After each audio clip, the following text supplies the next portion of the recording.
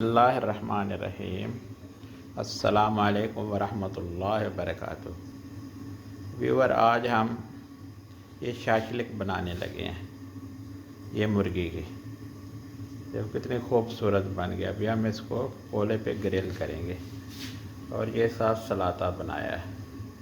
इस पे थोड़ा थोड़ा नमक लगाया है, थोड़ी सी लाल मिर्च लगाई है, थोड़ा सा मिक्स मसाला लगाया है, थोड़ा सा मुर्गी का मसाला लगा दिया है रोस्ट करने वाला।